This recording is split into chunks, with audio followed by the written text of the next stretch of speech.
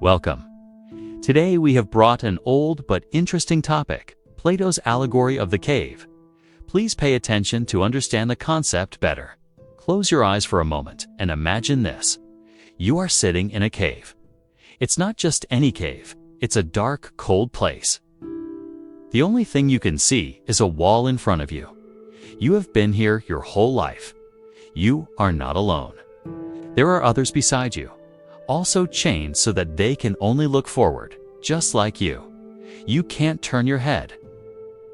You can't stand up and walk around. You can only see what's on the wall. Behind you, there's a fire burning, and between the fire and the wall, people are walking back and forth with different objects. You can't see these people or the things they carry. All you see are their shadows moving and dancing on the wall. Sometimes the shadows are clear. Sometimes they are fuzzy. But for you, these shadows are reality. You've seen them since you were a child. You've given them names and meanings. The wall is your world. Now, let yourself wonder. What if everything you see and believe about your life is only a shadow on a wall? What if something bigger and brighter is waiting for you outside this cave, but you don't know it yet? Would you want to know? Or would you rather stay where it feels safe? This question is the heart of Plato's story, called the Allegory of the Cave. Plato was a wise philosopher from ancient Greece. He liked to ask deep questions about life, truth, and what makes us truly happy. In his story, the cave isn't really just a place underground. It's an idea.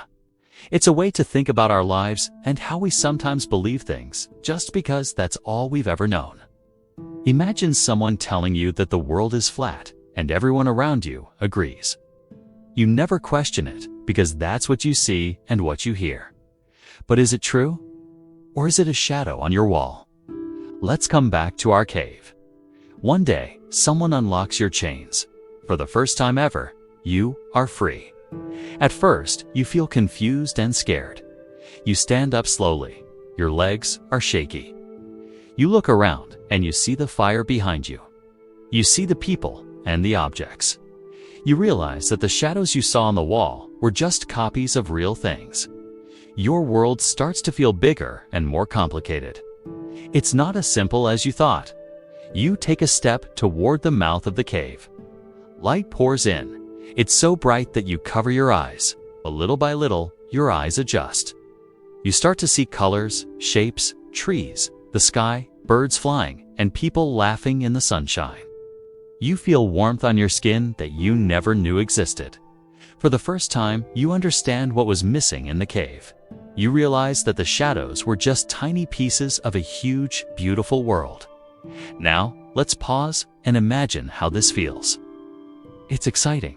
Yes, it's a big adventure, but it's also scary. Have you ever tried something new and felt nervous? Have you ever changed your mind about something and worried what others would think? This is just like walking out of the cave. The sunlight can be uncomfortable at first, but if you stay in it, you get stronger. You grow braver. You start to see things differently. But the story doesn't end here. Plato says, what if you went back into the cave to tell your friends about the outside world? Would they believe you? Or would they say you sound crazy, maybe even get angry at you for upsetting their world? Think about a time when you learned something new and tried to share it. Maybe you read a book that changed your view. Maybe you tried to eat healthier or get up early, and your friends laughed or didn't understand. That's what happens in the cave. People who are used to the shadows don't always want to hear about the sun. Let's connect Plato's story to our world today. We all have our own caves, places, ideas, habits, and feelings that keep us from seeing the full picture. Sometimes our caves are built from things others told us, like you're not smart enough, or people can't change, or this is just the way things are. Sometimes we make caves ourselves with fear, sadness, or old routines. When we step out even a little bit, we start to notice things we missed before. We see new chances to grow, to be kind, to have fun, to love ourselves and others. We find hope. So how do we break free from our caves? First, ask questions. Notice the shadows, those thoughts or rules you've always followed. Are they really true? Or are they just something you learned long ago? For example, imagine someone who always says, "I'm not good at math." Maybe that person heard it from a teacher or a classmate. Maybe they had trouble with one homework assignment and it stuck in their mind. That thought became a shadow. But what if they try again, or learn in a different way, or ask for help? Suddenly, the world gets bigger. The sunlight starts to peek in. The old shadow isn't the whole truth. Or think about someone who was bullied in school and began to believe, "I don't belong." That feeling can stay for years, shaping how they act and think.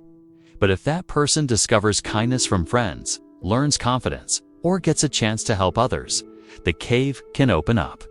The past does not control the future. New sunlight takes over. Sometimes caves are built by fear.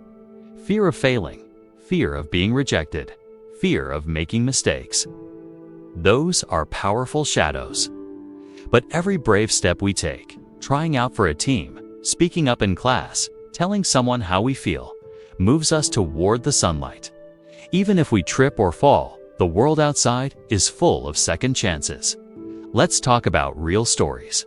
There was a man named Thomas Edison who tried more than 1,000 ways to invent the light bulb. Each failure could have looked like a shadow, proof that he wasn't good enough. But Edison didn't stay in the cave. He said, "I have not failed. I've just found 10,000 ways that won't work."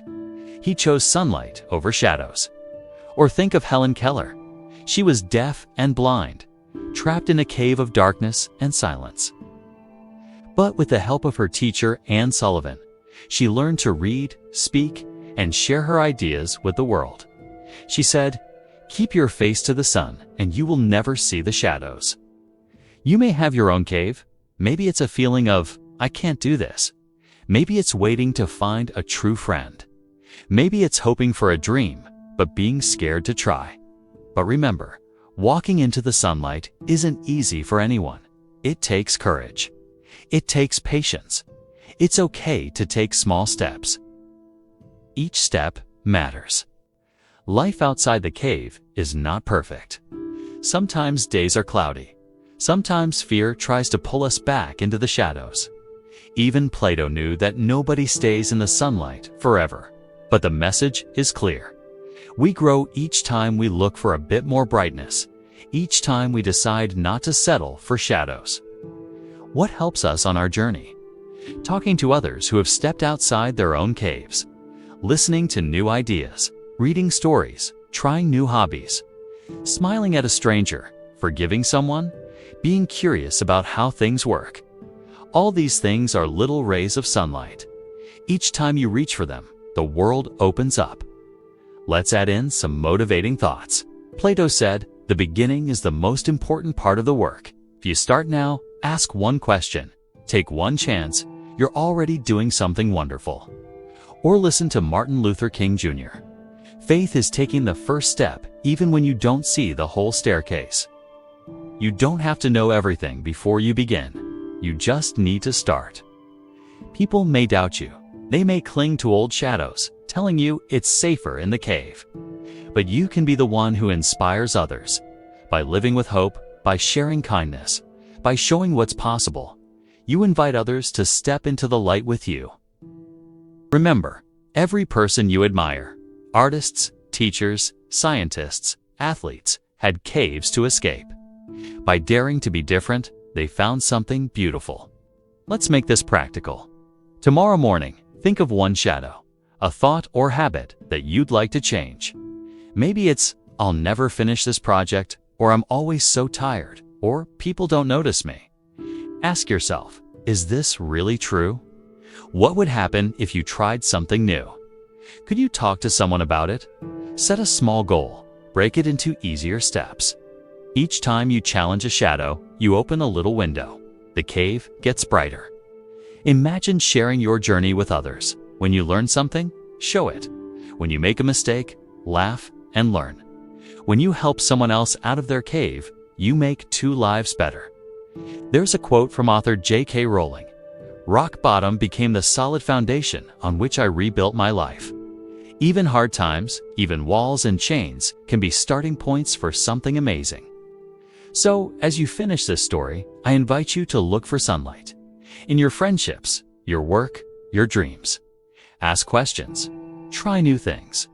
Remember, staying in the cave may feel safe, but the world outside is full of color, adventure, and people who care. Don't wait for permission. Build your courage like a muscle. Start small, and each day, step a bit closer to the light. Never forget, shadows are just the beginning. The real world is waiting for you to see it, explore it, and fill it with laughter and love. In the words of Steve Jobs, your time is limited, so don't waste it living someone else's life. The cave is only part of your journey. Choose the sunlight. Choose hope. Choose your adventure. And if ever you're unsure, just remember, we all have caves, but we all have the power to break free. Now go and discover your own world.